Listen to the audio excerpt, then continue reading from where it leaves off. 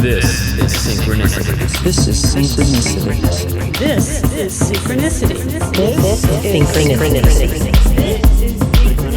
This is Synchronicity. This is Synchronicity.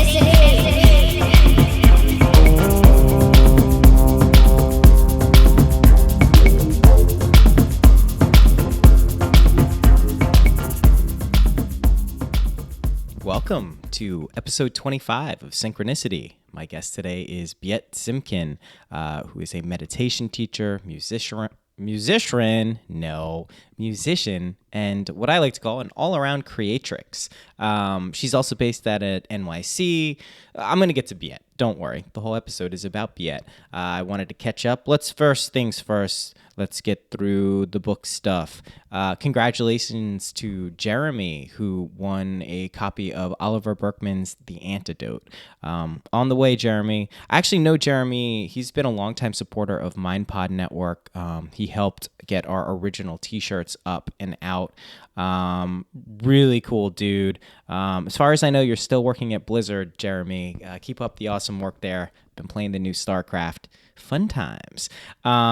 So this week's book giveaway is going to be Rudolf Steiners, The Philosophy of Freedom. You may have heard me mention Steiner a few times. I just recently got into Rudolf Steiner, a 20th century mystic, all-around genius, founded Waldorf schools, biodynamic farming.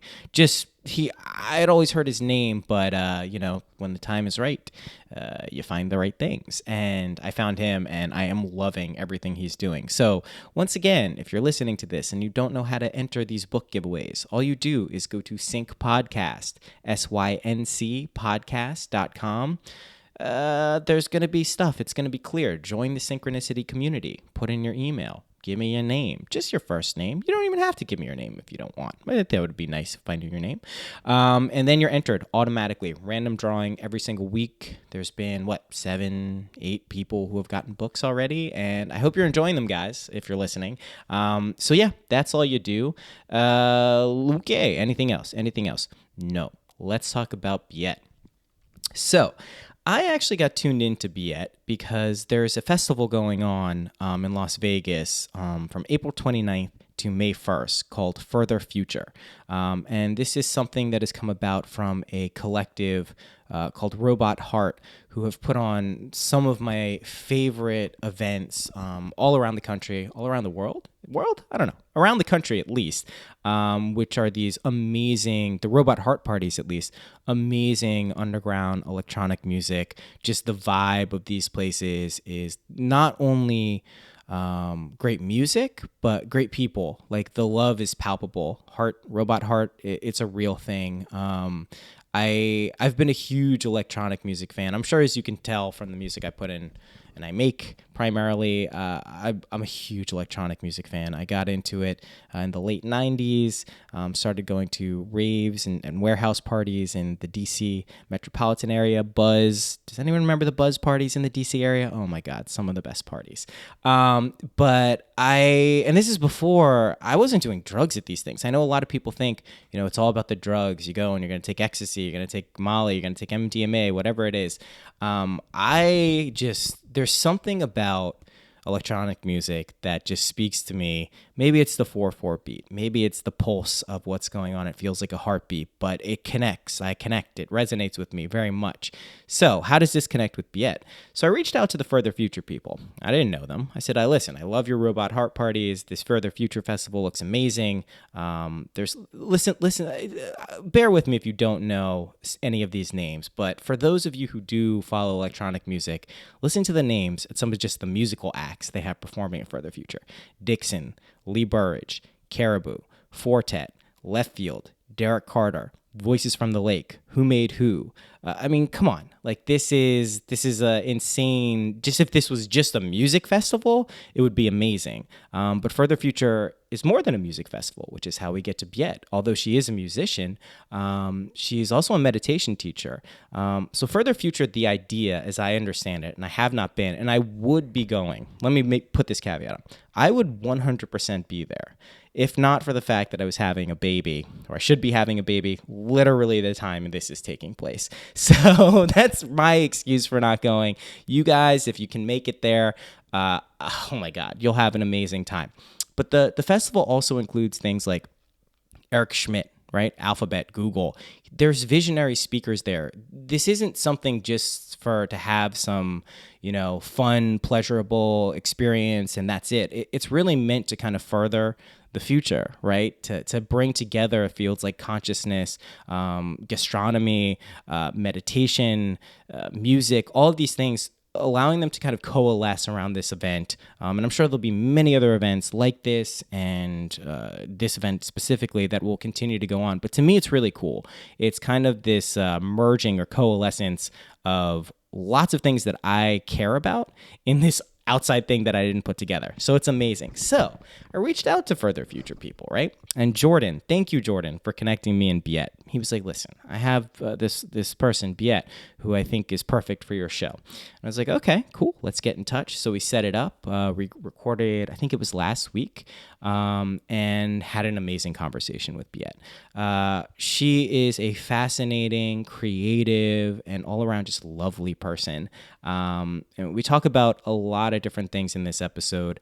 Her upbringing, her tragic upbringing, which she calls a blessing, which I love, right?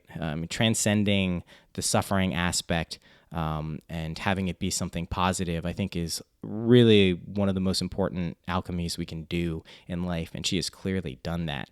We talk about her father, Grigory Simkin, who was a Russian shaman in communist Russia, which I'm sure you can imagine not a lot of shamans in communist Russia. He had to practice yoga in the woods and learn all these Ayurvedic things, and just sounds like a fascinating guy. And Biet obviously is better off for had him as a father and just someone she could connect with on a spiritual level. Very, very cool. We also talk about depression and addiction and how those things exist and we can't forget about them, but also how to transcend and overcome those things. We also talk about Biet being a musician, and like I said, you'll hear me. Let me take a second to be a little self-conscious. I listened back to some of these episodes, and something I've picked up on is I point out that I go to Berklee College of Music a lot. So let me explain. Let me do a little psychoanalysis on myself, right? Indulge me. I think it's because I went to a music school, as you know, and I really love making music, and it's something I continue to do, but I haven't made a career out of it, right? And there's something envious isn't the right word, but I really respect people who pursue their creative passions full bore. You'll hear me say in this episode, I kind of hedge my bets, and I do. I work in business. I do web stuff, and it pays the bills, and it allows me to, support my family and have a kid and all these other things. But there's also that part of me that kind of just wants to be a musician and do that. And you know what? Truthfully, I have plans to do that at some point in my life, but it's inspiring to see someone actualizing. You'll hear Biet's music. It's at the end of this episode, and it's awesome. It's objectively amazing. So I love hearing her story, how she was signed to Sony at a young age, really fell into some dark places and dark times. We talk specifically about cocaine and drug use and the negative ramifications of it, and then how ultimately she transcended it. But I like how music is kind of weaved into her story as well. I love that. So sorry for digressing there, but I listen to it, and I always say I'm from Berklee, and I think it's just like a validation thing for myself. I want to remind myself as much as anyone else that I'm still making music and that I still want to pursue it. So the more I put it out there, the more I feel like I can actualize it. So thank you for bearing with me on that. She also brings up a concept that I love, which is surrendering suffering. And that's a tricky one, right? Surrender alone, I think, is a difficult kind of concept in the West. It sounds like a weak thing, like you're giving up, but it's not. Surrendering is actually a very difficult and courageous decision to make when you're able to make it, whether it's surrendering something negative perceived as suffering, or just saying, okay, this is the way it is.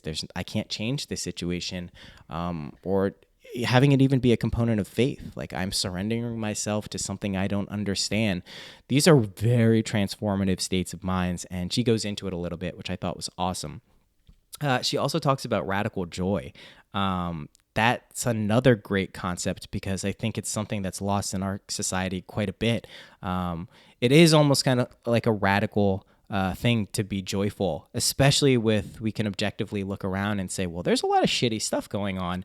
And it's not, again, something I've spoken about, this kind of naive, well, everything is great. Everything is great. Everything is light and love. What do you mean something's bad? No, it's not that. It's saying in the face of everything that I see that is not great or is dark or is shadow, I'm still going to choose to be joyful in a way that acknowledges it, but also kind of transmutes it or allows it to manifest its true essence, which I do believe is love. I'd be remiss if I didn't point out the music you'll hear at the end of this episode. I say, all the music you hear on Synchronicity is mine. That comes with a caveat that the last thing you'll hear on this episode is from Biet's most recent album called The Lunar. And the song is called Si Do Him. You'll see all of links to this stuff on the podcast page. Do you still not know how to get to the podcast page? You go to Sync Podcast, syncpodcast.com. It'll be the first thing you see. Or you can go to mindpodnetwork.com/Noah, and you will also see it there. And it'll also probably be on the front page if you're listening to this within a week of this coming out. Do I have anything else? I was alluding to this last week. I had listener Caleb tell me that I always am so effusive in saying this is one of my favorite conversations for every single podcast. Well, I'm doing it again. This was one of my favorite conversations. I really enjoyed it. I was really happy to speak to Biet. I think you'll hear it in her voice and the dynamic of the conversation that she's just a very genuine and authentic person who's kind of actualizing, she's manifesting destiny, right? And I think that's a real thing, and I think she's doing it, and I truly wish her continued success.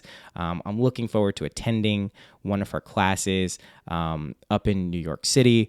She also wanted me to point out, you'll hear this at the end of the episode, she does private sessions too. If you're in New York, I think this would be someone worth checking out for sure.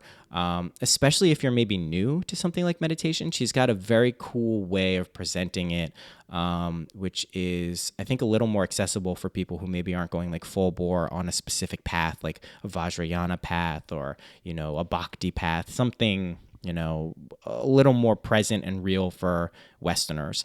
So yeah, that's it. Anything else? I'm thinking. No, nothing else. So, without further ado, here is Biet Simkin.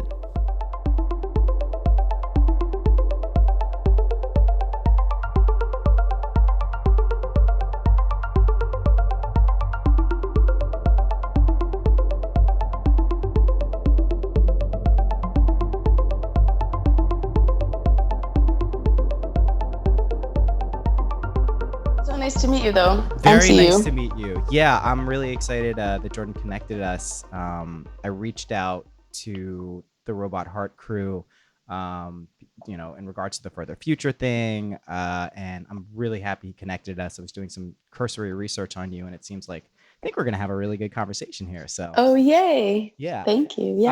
Yeah. So I guess we'll just start it. Thank you so much for coming on too. I really do appreciate it. Oh, thanks for having me. It's an honor. Yeah. Where in New York are you? I live in Williamsburg, but cool. I'm born and raised in New York City. Oh, very cool. Yeah, I lived in Manhattan, East Village from 2008 to June of last year, and I miss it. We nice. moved to Maryland, Silver Spring, Maryland, right outside of DC. We're having our first kid, me and my wife, in May. Aww. So yeah, we're like, maybe we'll have the kid here. Then our plan is to move back to like the Hudson Valley area next year because we very miss the cool. city. Yeah. So again, thank you for coming on. I would love to hear. I know you're a meditation teacher. I know some of your backstory, but I'd love to hear, kind of in your own words, your relationship to meditation, spirituality, a little bit about your journey. I know that's kind of like an open-ended, broad question, but in your own words, I'd love to get a sense of kind of who you are and what you're doing. Okay. Let's see. So I was born into like a very eccentric family. Try to imagine like merging the Royal Tenenbaums with like Mr. Miyagi or something like that. That's awesome. Basically, that's like literally not an exaggeration at all. I remember there was this story that my brother said. He said they were immigrating from Russia and they were all at the airport. And there was this woman, Mira, who she was like an aunt growing up, but she wasn't related to us by blood at all. And she was like a much more normal person. She believed in like things like making money and like fitting in the world. Those crazy ideas. Yeah. Crazy. Just like wacky. And she was actually watching my crazy, eccentric Royal Tenenbaums looking family, like, get together in the airport to like leave the country forever. This was in 79, like during the wave when the Jews were like allowed out. Yeah. And she looked over at us and she was like, God bless those people. She was like, they are just so different. They're just so not like everyone else. I mean, and this was a woman who ended up becoming like a client of my father's until he passed away. Which was 8 years ago, but he was a shaman psychotherapist. And so she loved him and loved us, but she was just like, wow, these are such weird people. So anyway, she was like, God bless these people because they are in for some trouble with reality. Yeah.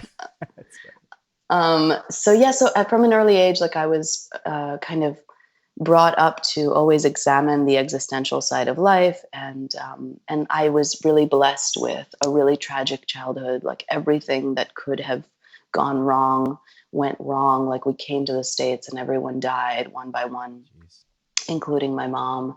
And I feel like by the time I was like 13, like everyone but my brother and father had died. Wow.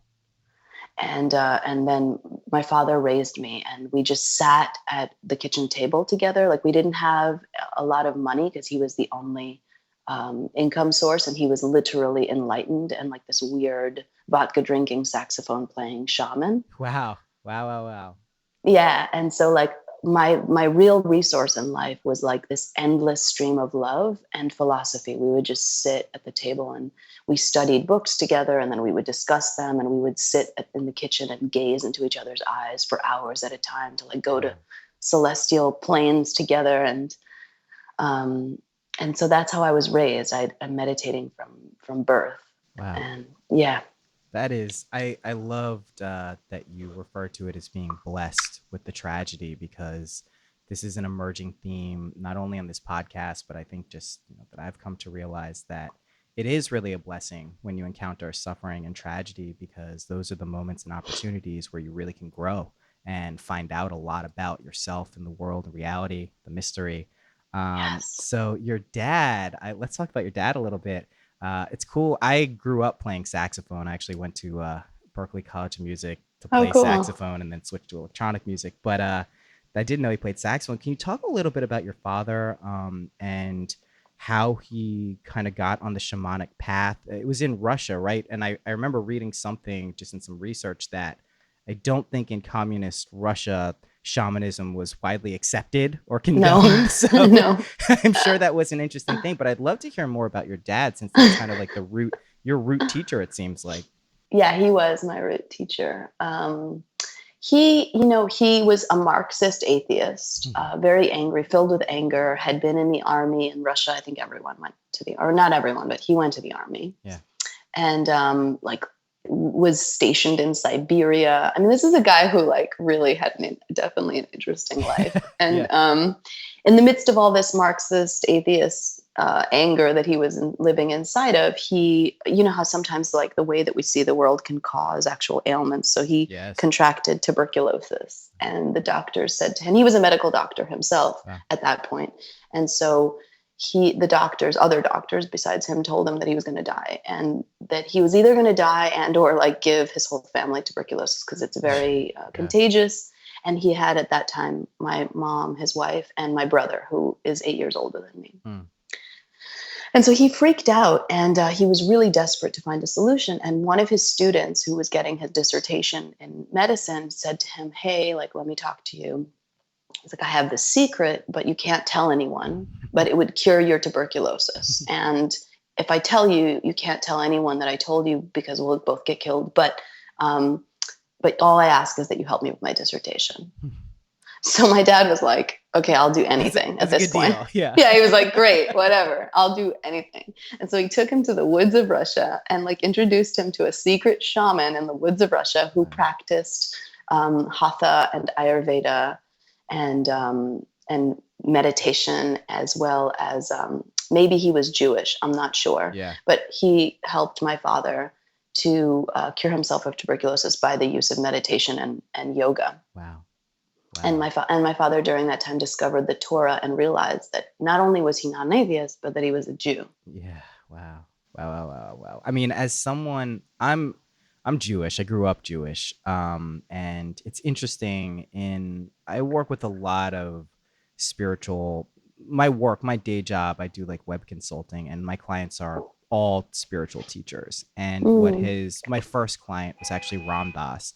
And what has always struck me is there seems to be a very large amount of Jewish people who gravitate towards these esoteric, sometimes Eastern, sometimes not exclusively Eastern, but it's something that has just fascinated me. It's just so apparent to me. I have my own theory that I think a lot of Tibetan and places where there was spiritual kind of troubles, I think a lot of them reincarnated as Jews because there's a tremendous history of suffering in the Jewish culture. And I've just noticed it. So it's fascinating to me that in somewhere like Russia, where your dad was and your family was, clearly oppressive, right? That he's going out to the woods to learn about Hatha Yoga and Ayurveda. That to me is fascinating. So from your memories of your father when you were learning about these things and doing the eye gazing and finding this out, like what were some of the things that you were studying or learning with him? Oh my God, everything. He didn't believe in, like, he was really an anarchist when it came to philosophy and spirituality. He was very much of the mind that, you shouldn't subscribe to anything, and that if you don't come up with your own religion, you're a fake. He was like, you have the response. He would say, he had a thick accent. He was so funny. He was like, "You have responsibility in this time to come up with your own religion." He's like, "Because it is too late for you."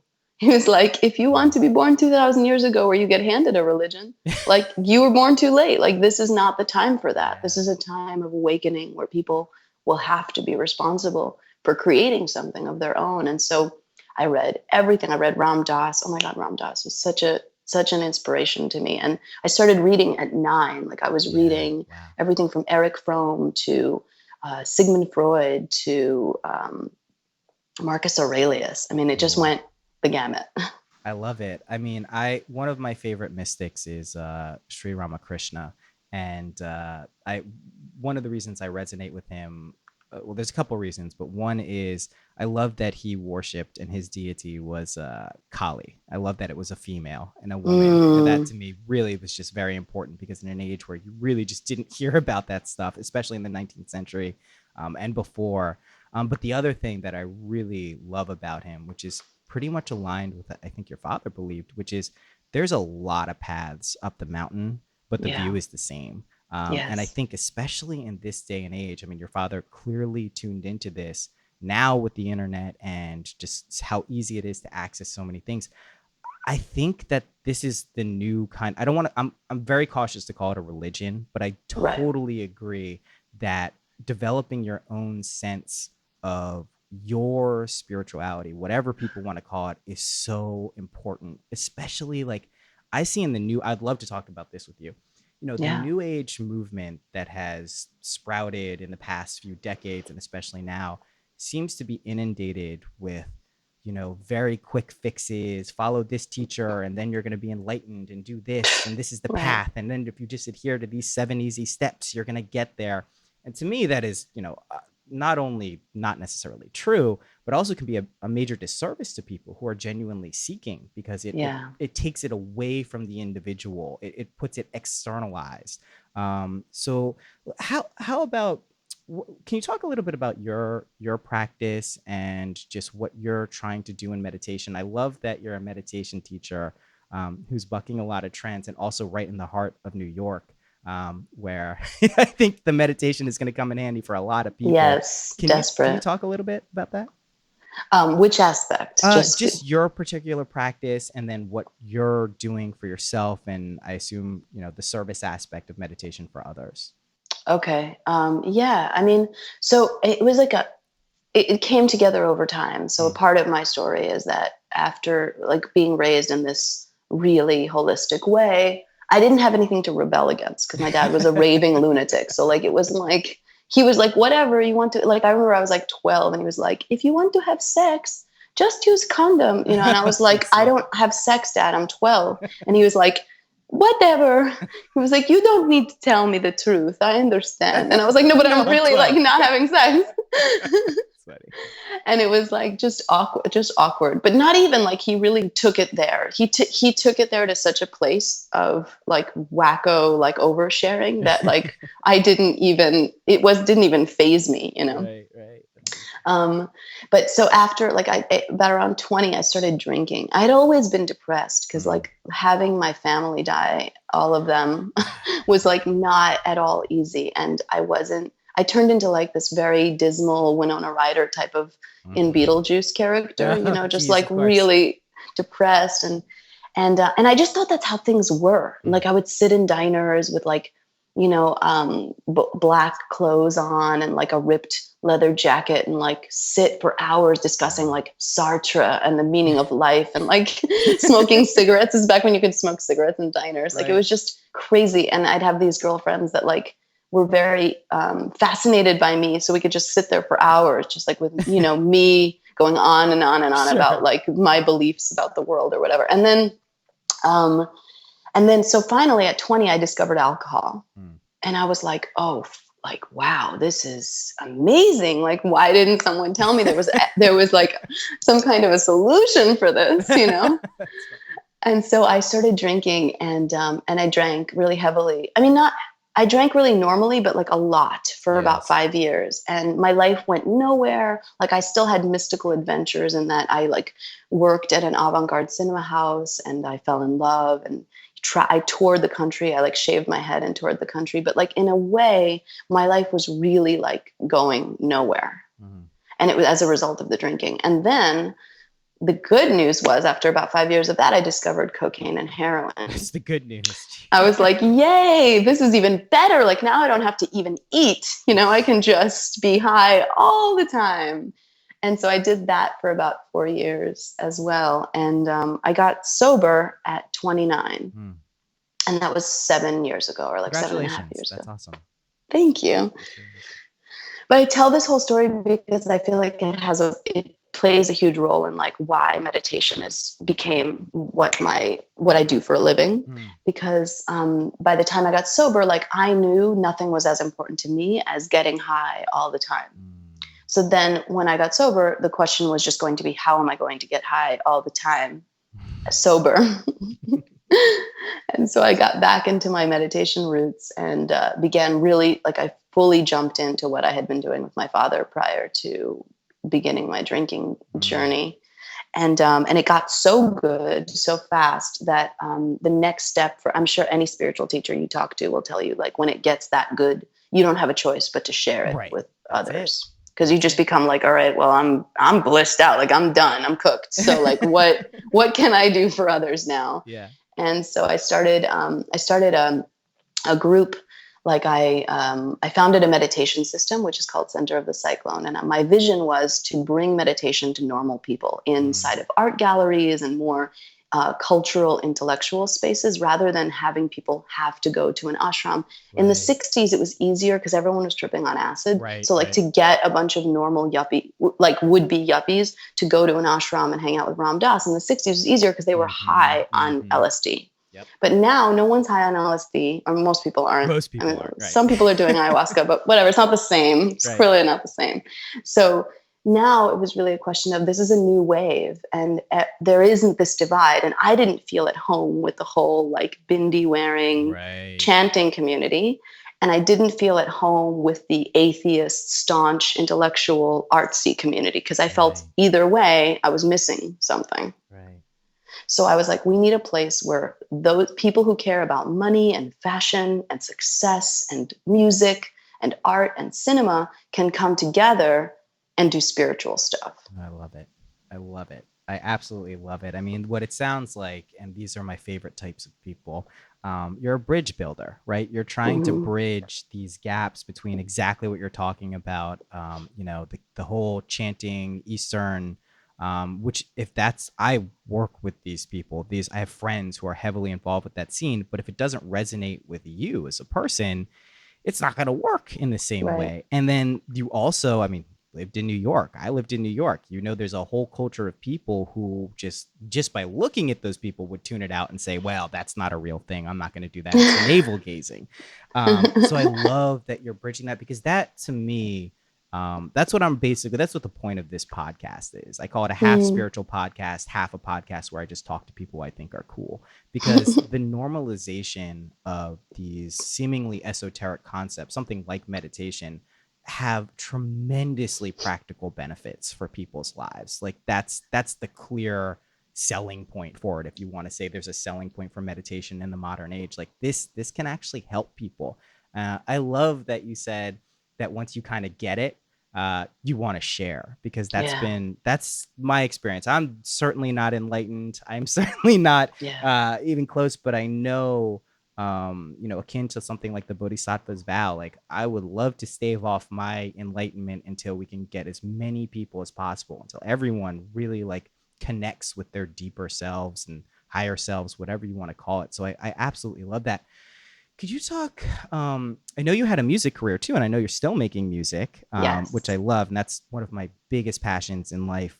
And I know this kind of merges in a little bit with the further future stuff, so we can go there. Could you talk a little bit about your musical career and, what it is you love about music so much, I'm sure? Yeah. I don't have a choice when it comes to music. Like I was born, as a musician, like I was born this way. It's like a disease. Like you don't have, I sing all the time. I sing on the subway. Like I sing in the bathroom. I sing as I walk through my hallway. I don't even notice that it's happening. It's like, it's just happening to me. I'm like possessed. So I started singing when I was a baby, as well, like meditating and singing from birth. And I came out of the womb, and started singing, and they called me the singing baby. It was really weird. And then when I was 18, I got signed to Sony, which back then there was a lot of money in Sony. So they just recorded the record, like rode me around in limos, and then shelved the record. Right. That was like the whole story. And then, and then after that, I decided to go. I shaved my head and like toured on I took Amtrak across the country. I love and like trains. Oh my God. Man, they're so amazing. They're so totally. Yeah. I love them. And I was also like able to do it alone, because I don't even know how to drive as like a natural New Yorker. I still haven't picked that one up. So I was just like, here I go, I'm off. And so I did music. I've recorded like several little records, but since I spent my 20s being really, really, really, really wasted, I usually just ended up like underneath someone's grand piano in a mansion, like singing, but like it went nowhere. Again, like I remember like snorting lines off of a toilet bowl with one of the biggest music producers like in the world, and thinking, wow, it's finally happening. Right. But like nothing was happening. We were just snorting cocaine off a toilet bowl, I was like, oh my God, it's all coming together. Well, that's what I did cocaine for a couple years, 3 years in my early 20s. And I didn't like the way I felt the day after, but what always turned me off about cocaine was there were so many grandiose conversations and feelings and things, and then they almost never materialized into anything else. And that always disappointed me. I understand what you're saying, completely related to that. But yeah, please continue. Sorry to cut you off.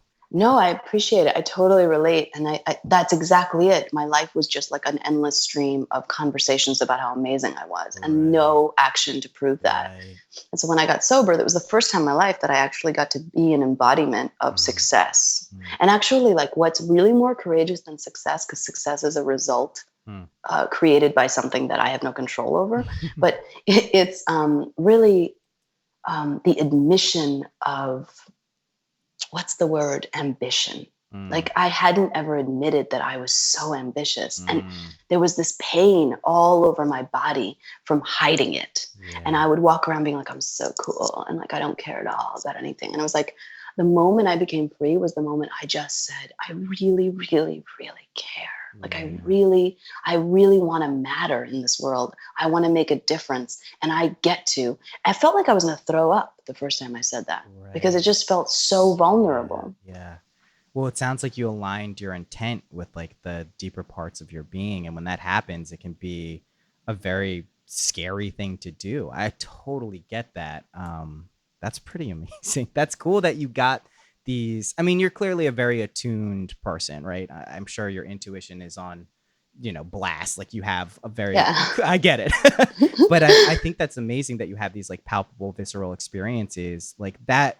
That's been something in my life that has really kind of solidified a lot of these, spiritual things, is I get physical sensations that validate whatever is going on in my psyche or around in the world. And I think that's really important too. And I think my personal hunch is that everyone has access to those types of things, but they're numbed, right? Sometimes through drugs, sometimes through alcohol, sometimes through people. You can use people as drugs too. So I think that's really cool that you have those like palpable experiences that, kind of, show you what's going on. That's awesome. Yeah, it is. It's awesome, and also like brutal, because it is kind of like the touchstone to awakening. And I too am not enlightened, but I certainly live in a different state of consciousness than I once did. And it's like the touchstone to it is really shocking.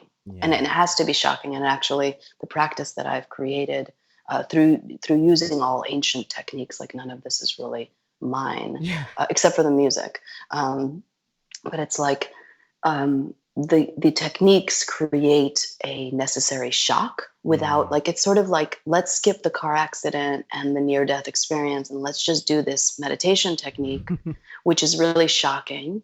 And if I shock people this way and I give them the opportunity to shock themselves, they actually don't get that necessarily. But what I'm doing is helping them live a life where they won't be shocked by the universe. Yes. Because if we just shock ourselves enough, then the universe is like, okay, they're fine. Well, it's totally true. I mean, that is something I can tell you when I was having, transcendental experiences, sometimes brought on by psychedelics, sometimes just not.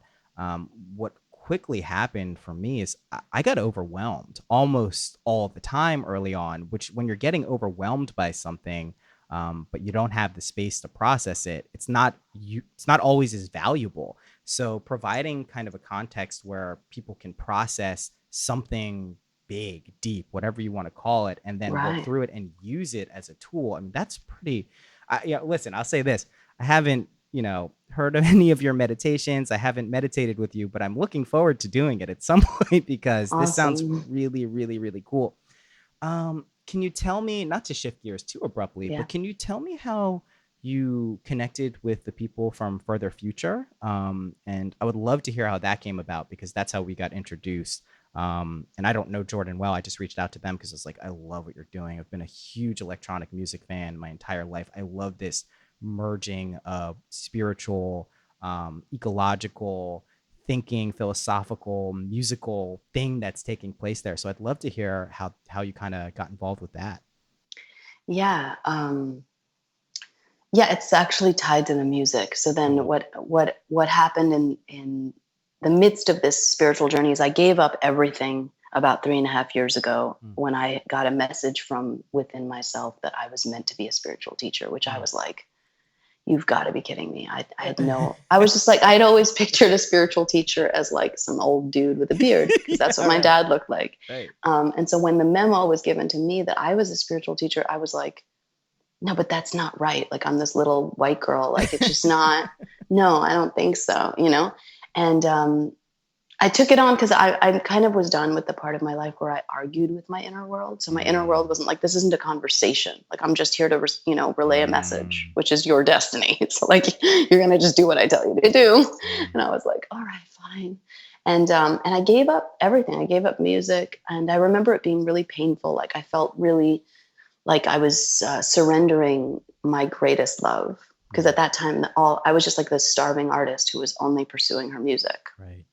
And living off nothing and just being super focused. Because I'm like, one thing I can say about myself is I'm an artist and that's it. Like, I'm not someone who was going to make it any other way. Like, I wasn't going to be like, you know what, I'm just going to derail from this and become like a tax attorney or like, like it just wasn't, I just am an artist. It's like all that it's my essence and that's all I'm willing to accept. Yeah. And so like, even if that meant what it meant back then, which was suffering, which I had to surrender, I had to surrender suffering, but I did it through this relinquishing. I gave up everything to just become a spiritual teacher, which was very quick. Within a year, like, my business skyrocketed. I went from like 12 people to 100 people in my events. And I don't consider them classes. They're more like experiences, like art installation meets meditation. So cool.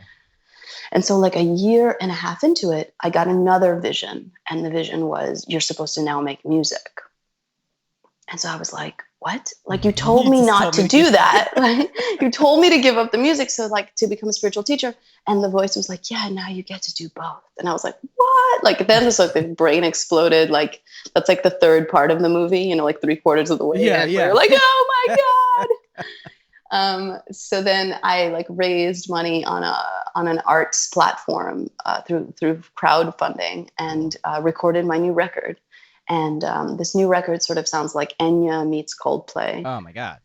Yeah, it's pretty awesome. It's awesome. And so now I score my meditations with my music. And I think by the time the word got to further future about me, it's like what I'm known for is this music and the scoring of this meditation experience with this music. And I'm actually booked to perform at Wanderlust, so cool. As well as Soul Camp and some other festivals like I'm performing at.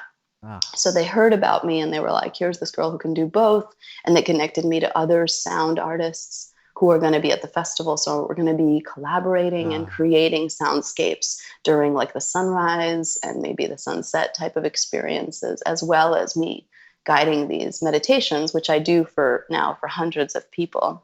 Oh man, I gotta say, I'm really happy for you. Like, it's just very clear when things are clicking and they're working and you're in the flow. And I'm sure you experience it, but it's very obvious to me. Oh, I love that also you spoke about, there's this funny thing that happens, right? You spoke about something which is very high level to me, which is surrendering your suffering. Now that's a concept I don't know that how many people are actually going to get to, but the other thing I love is, in the Bhagavad Gita, which I don't lean on it heavily, but there's something that always struck me, which is, do not be attached to the fruits of your labors. And it seems like as soon as you detach from the fruits of your labors, whether that was the suffering or being an artist or this conception of self, this paradoxical thing happens, which is that's when things start to flow in. It's like the Alan Watts statement. He says, have you ever noticed that people who are generous are like rivers? The more they give away, the more flows in. When you create a vacuum, more flows in. That's like the natural law. And that to me, that's been my life too. That's how my success in career. I think I hedged my bets a little bit. I didn't go full bore, but I figured out a way to take my passions and skills and merge them. So I'm walking that line between, yes, I'm a web consultant and I do a lot of, business related and systems things, but they're all in the spiritual sector. They're all for raising consciousness in a way. So, and I'm also a musician, and I love seeing someone like you and hearing from you, who has done these things and is reaping the rewards, but yet isn't attached to them. I think walking that line is so critically important. And I just love to see and hear from you about that. So that's really great. So So can you describe a little bit about what your meditation experiences are like? I'd love to hear more about it, and I'm sure the listeners would too, because they sound like you're selling me. So I definitely would love to hear more. Yeah. That's so cool. I think that, what someone might say about being in my presence is that I'm really down to earth. Yeah. And so like I'm not allowed to, am I allowed to curse? You can say whatever the fuck you want. Okay, cool. It's not a lot of bullshit, like I don't have a prescribed script that I use. So I'm never saying the same things. Not that I teach, like there's only 48 laws to the universe in the system that I study. So like, or whatever, so sure. These things will come up again. But the truth is that I am never the same. So I don't interact with any one truth the same way today as I did yesterday.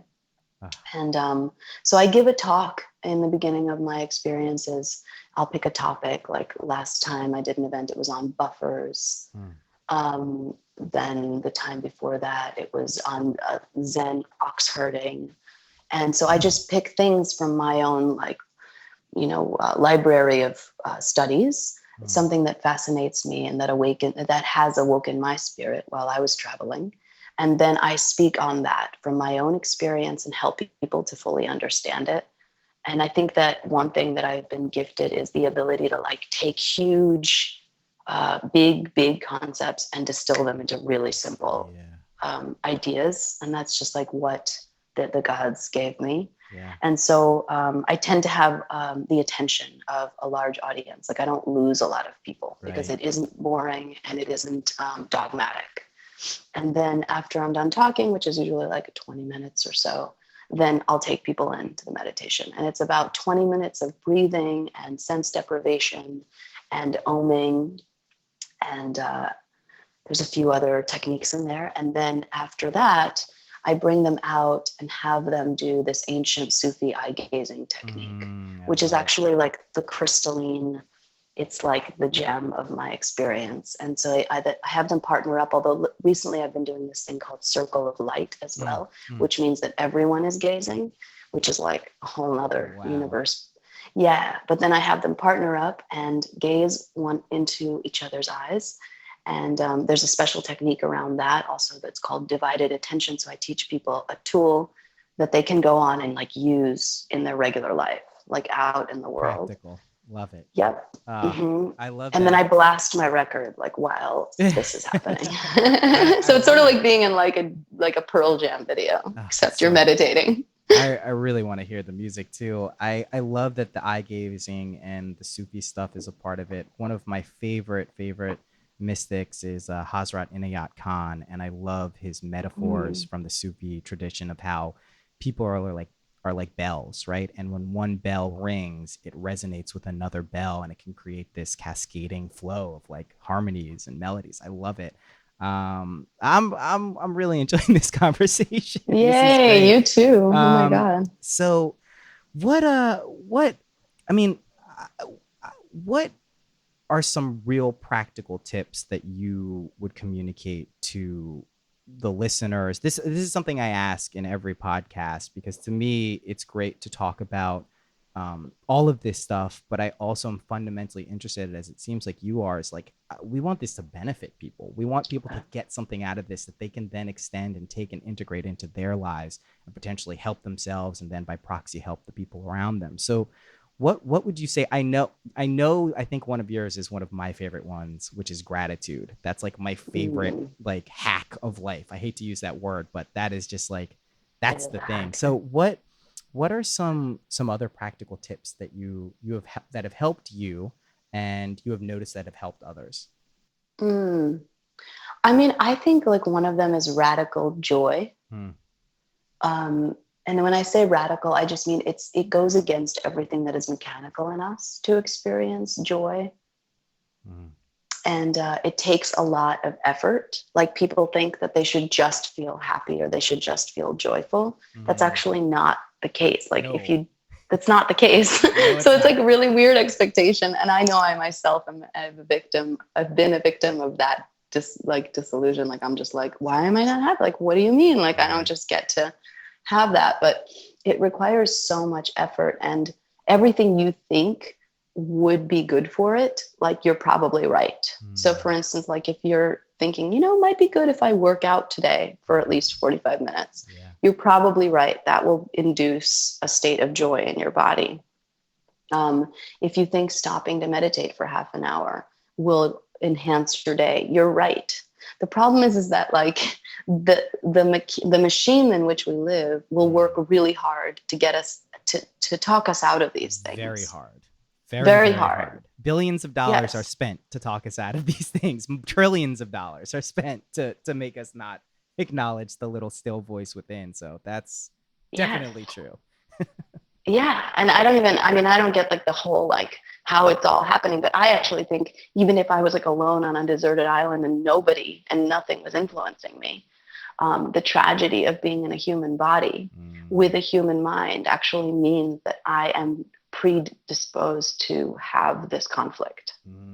Well, so I don't even look outside myself to like the warring, conflicts that are happening around me, or Star Magazine or whatever, because those are problems. But I think those are really manifestations of like the real problem at hand, which is that the situation in which we live, whether it be planetary, like, I don't know, there's theories that once this planet was like inside of a golden halo and everybody was high as a kite. I'm sure you've read some books that talk about that. Yeah. This is just not the time that we live in. It's just not. It's just not. It certainly is not.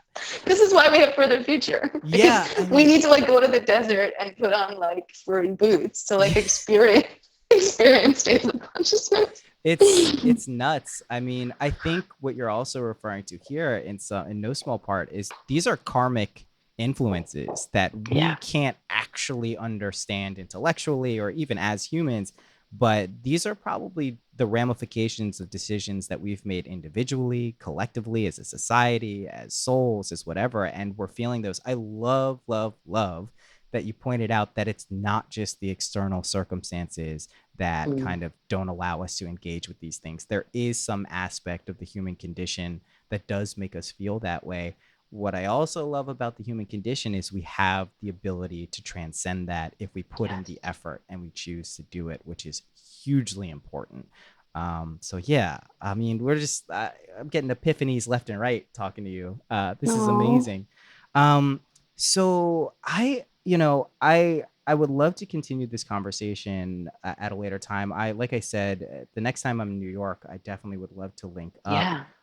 Is there anything you would like to touch on that I didn't bring up at all? I'm going to have links and information and do a huge introduction before this episode, but if there's anything you would like to communicate, this would be the time. I mean, everything that we covered is mainly what I do. I think the only add-on to that is that sometimes I take on a few private students. Cool. So if anyone is interested in that, it's something that I don't have a lot of, but it's like, I don't know if you call it client or student, but these are people that I take on the journey on a one-on-one level. Very cool. And that's my life right there in a nutshell. I also have a cat. Well, what's your cat's name? Mukti, of course. It's awesome. That's so cool. This is great. Well, thank you again for coming on. I'm looking forward to connecting some more in the future, and I wish you Noah. the best of luck and success. I'm sure it'll find you. You don't need to find it because it's very clear, and this is just an audio conversation. It's different than being in person or even seeing each other, but it's clear that you're doing something you believe in, and it's helping you and it's helping other people. And to me, that's what it's all about. I think that's why we're here. So thank you again, Biet, for coming on. This is Thank you, Noah. So good to meet you. So good to meet you. Song. The whole album is like that too. This is Biet Simkin's The Lunar album. Really great. I've been listening to it for a week, and I think she described it as Enya and Coldplay, and it is. You may not like either of those, but you should, especially Enya. Enya's the best. But this album is really good. So I wanted to remind you, if you're able, check out this Further Future Festival in Las Vegas at the end of April 2016, in case this is someone listening far in the future. It's done. It's done if this is past April 29th, to May 1st, 2016. But if it's not, I recommend checking it out. Like I said, I'd be going. I just happen to be having another human being who I've helped create come into the world, so I can't attend. Again, Biet, links to everything we spoke about, including Biet's website and some other stuff she does, are on the podcast pages. So go there if you want to see it. Rate and review, subscribe to Synchronicity if you want. If not, no big a deal. Again, book club. Book club? No, it's not a book club. It's a book giveaway. If you want to have a chance to win a free book, brand new book, again, all you do is you go to syncpodcast.com and you put in your email. You're in the Synchronicity community. You're going to get a weekly email from me recapping the show and the guest and some other cool things I did. Like I put together a playlist of music for my people on the community. I don't know why I used that weird kind of, herky-jerky speech thing there. Sorry. But yeah, that's it. I'll see you next week. Oh, and bonus, I have soon Duncan Trussell. Sat down with him on his bus after his You Are God tour a week ago. So that's coming out. Maybe next week, maybe the week after, maybe the week after, maybe the week after. Got a lot of people coming, but that's a really cool one. So stay tuned for that. So I will see you next week.